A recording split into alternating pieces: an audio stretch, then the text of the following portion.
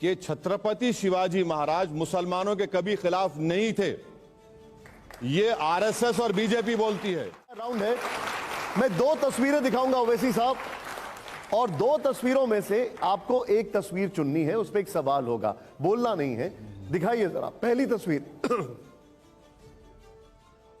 देश का दूरदर्शी नेता कौन है? ओवैसी साहब ये देखिए तस्वीर आपके सामने, यहां पर एक तरफ है नरेंद्र मोदी जी और दूसरी तरफ है राहुल गांधी जी। ओवैसी साहब आपका रिएक्शन। मेरी फोटो क्यों नहीं है उसमें? आप इन दोनों में कौन है? सुनिए, आप कम से कम मुझे बुलाकर तौहीन तो मत करिए ना, मेरा भी तो थोड़ा ईगो होगा। I am also twinkle twinkle little star. आपकी राय है, आप तो मेहमान हैं। तो मैं ये नॉर्थ पोल स्टार है, मैं तो छोटा स्टार हूं, तो आप ये मैं नहीं कह सकता कुछ भी इस बारे में। ठीक है, अगला सवाल। अब अगला सवाल आपके लिए, जोरदार तालियां हो जाए पहले तो। आइए जरा प्ले ऑन करिए। ओवैसी जी के लिए पहले क्या है, शरीयत या संविधान? ये कोई बीजेपी के लोगों से सवाल आज तक नहीं किया गया है। बिल्कुल किया है सर हमने। सुन लीजिए, आपको हम इसका जवाब दे रहे हैं। आप मौलाना अबुल कलाम आजाद को नहीं जानते, अगर जानते तो इस तरह का सवाल हमसे नहीं करते आप। मौलाना अबुल कलाम आजाद जो सालों जेल में रहे और जेल में रहकर उन्होंने कुरान करीम का तर्जुमा लिखा, भारत के पहले एजुकेशन मिनिस्टर थे। मौलाना आज़ाद ने अपनी तकरीर में कहा था कि मुझे बहैसियत मुसलमान इस बात का फ़ख्र है कि मैं 1000 साल से जो इस्लाम भारत में है, मैं उसकी एक एक चीज़ को छोड़ नहीं सकता, और ना ही मैं इस देश के एक एक कल्चर को छोड़ सकता हूं। यह मौलाना आज़ाद ने कहा था। तो आपके सवाल का जवाब यह है। मेरा अगला सवाल आपसे यह है ओवैसी साहब, जरा प्ले ऑन करिए इसको यहां पे। अगला सवाल, आजादी की लड़ाई का नायक कौन? विनायक दामोदर सावरकर जी या मोहम्मद अली जिन्ना जी? कौन है इन दोनों में से? गौर से देख रहा हूं, दोनों एक ही नजर आ रहे मुझे। ओके, अगला सवाल प्ले ऑन करिए। अगला सवाल जरा, अल्पसंख्यकों का हमदर्द कौन है? ओवैसी साहब इनमें से कोई एक बताइए अगर आपको लगता हो तो। अखिलेश यादव, ममता बनर्जी, राहुल गांधी, मायावती, कौन कोई एक लगता है आपको इनमें से? सबने बेड़ा गर्क किया अल्पसंख्यक समाज का। किसी ने डराकर, किसी ने मुस्कुराकर, किसी ने मुशायरे कराकर, किसी ने खवाली कराकर, सब ने ऐसा ही हमको कभी चॉकलेट दे दिया, कभी लॉलीपॉप दे दिया, कभी मीठी मीठी बातें की। और अब देखिए, अब जो मोहतरम लाल टोपी पहने हुए हैं, उनका मामला ये है कि उत्तर प्रदेश में मुसलमानों की तारीख में इतना वोट उनको नहीं मिला, कभी नहीं मिला किसी पार्टी को। उनको वोट मिला तब भी बीजेपी को नहीं हरा पाए। अब जब उन्हीं के पार्टी के एक एमएलए का पेट्रोल पंप तोड़ा जाता है तो ये बोल नहीं सकते। इलाहाबाद में घर है, वाइफ के नाम पर हस्बैंड को नोटिस दी जाती है, घर तोड़ा जाता है, बोल नहीं सकते। अब जो मैडम बाजू हैं, बड़ी फाइटर हैं, अपने बलबूते पर राजनीति में पार्टी बनाई है, कभी जाकर वहां पर मुसलमानों का एजुकेशनल सोशल स्टेटस देख लीजिए। मालदा मुर्शिदाबाद में मुस्लिम महिलाओं के उंगलियां देखिए, खाली उंगलियां देखिए, बीड़ी बना बना कर जल गई उंगलियां उन लोगों की। मालदा मुर्शिदाबाद का जो पानी में जो ग्राउंड वाटर में जो आर्सेनिक है वो WHO लिमिट से ज्यादा है। तीसरे जो महाशय की फोटो आप दिखा रहे हैं, उनसे पूछ लीजिए कि भैया बाबरी मस्जिद का मसला क्या गोविंद GB पंत नहीं थे जब से शुरू नहीं हुआ? क्या ताले उस वक्त नहीं खोले गए जब आपके पिताजी वजीर आजम नहीं थे? क्या मस्जिद शहीद नहीं हुई जब आप ही के पार्टी के प्राइम मिनिस्टर थे? क्या आपकी सरकार में नेल्ली का 10 मैसेकर नहीं हुआ? क्या आप ही के सरकार में मुरादाबाद में, ये लोग आप जानते नहीं, 1986 में ईद के दिन 350 मुसलमानों को गोली मार दी गई मुरादाबाद में, आप ही की सरकार थी।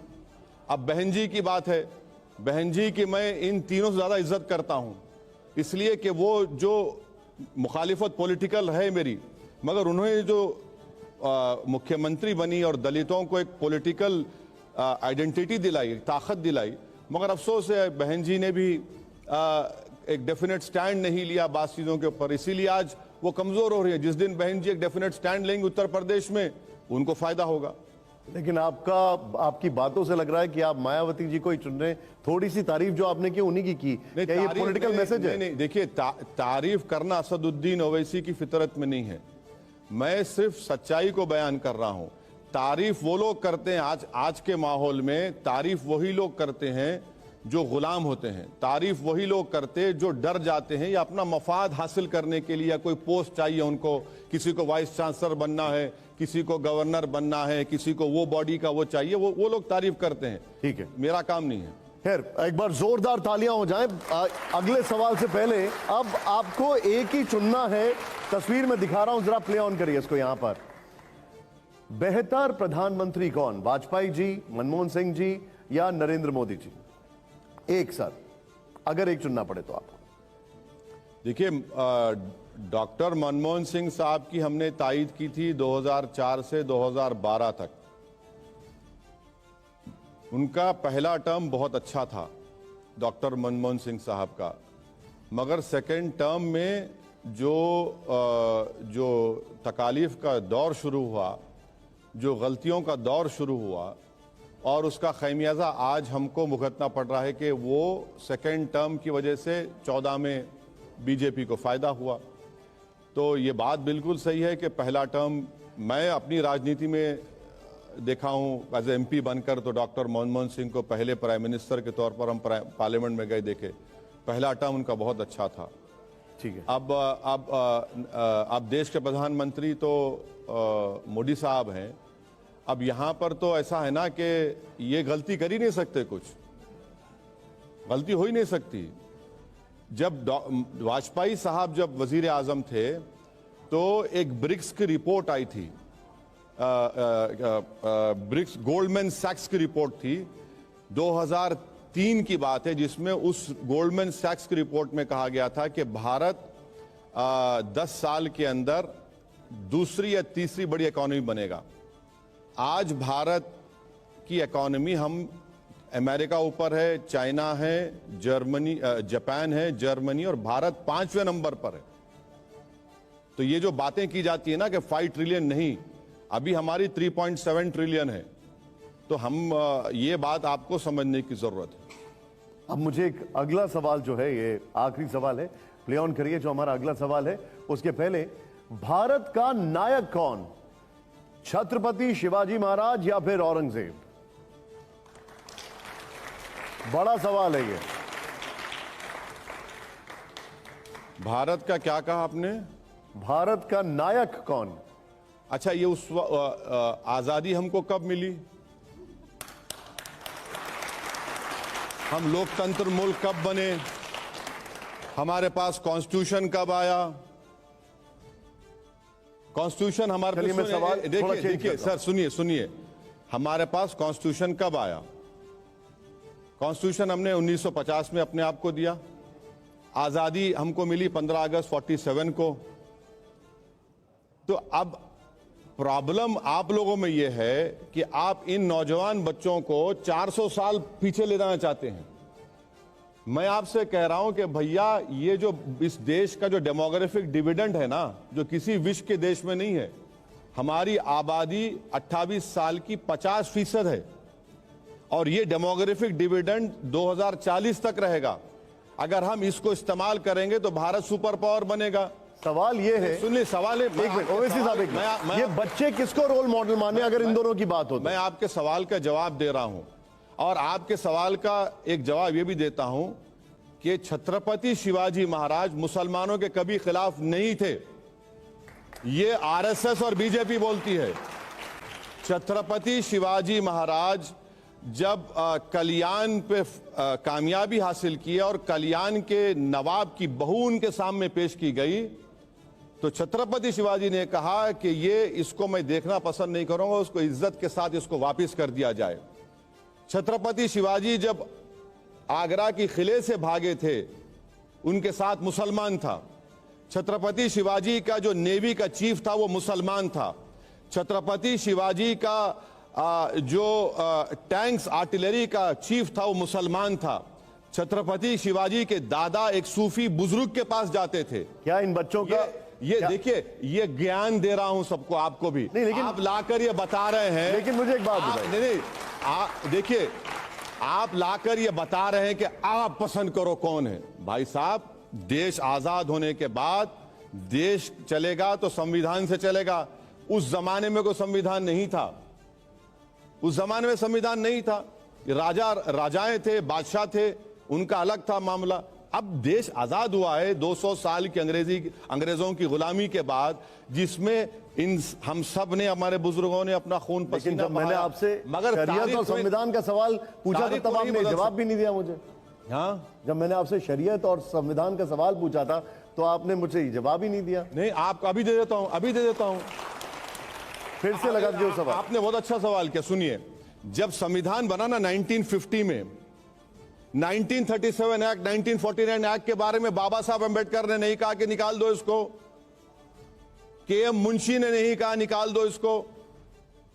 तो संविधान हमने बनाया, संविधान में हमने कहा कि आपको फ्रीडम ऑफ रिलीजन है।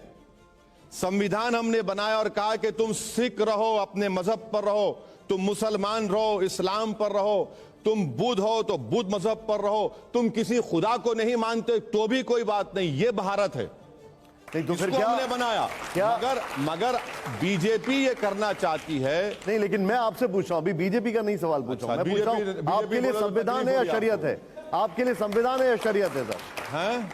संविधान या शरीयत? आपको संविधान चुनना है या शरीयत चुनना है? संविधान ही आपको फ्रीडम ऑफ रिलीजन देता है।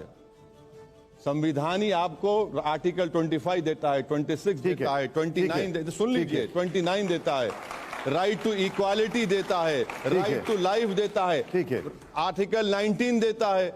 अब ये प्रॉब्लम टीवी के एंकर से ये है कि मुसलमान देखते कि उनको मेरी वफादारी पर शक हो जाता है। नहीं, मुझे कोई शक नहीं। नहीं, सुनिए, मुझे कोई शक नहीं। नहीं, अगर आप ये सवाल नहीं करते, आपको मालूम होना चाहिए कि अंडमान में जो काला पानी में सबसे पहला कौन गया था, मालूम आपको? आप बोलिए कौन गया था, बोलिए कौन गए थे? अंडमान में सबसे पहला कैदी कौन गया था? उसका नाम मौलवी इस्माइल था। वो हैदराबाद से गए थे, सबसे पहला जाने वाला मुसलमान।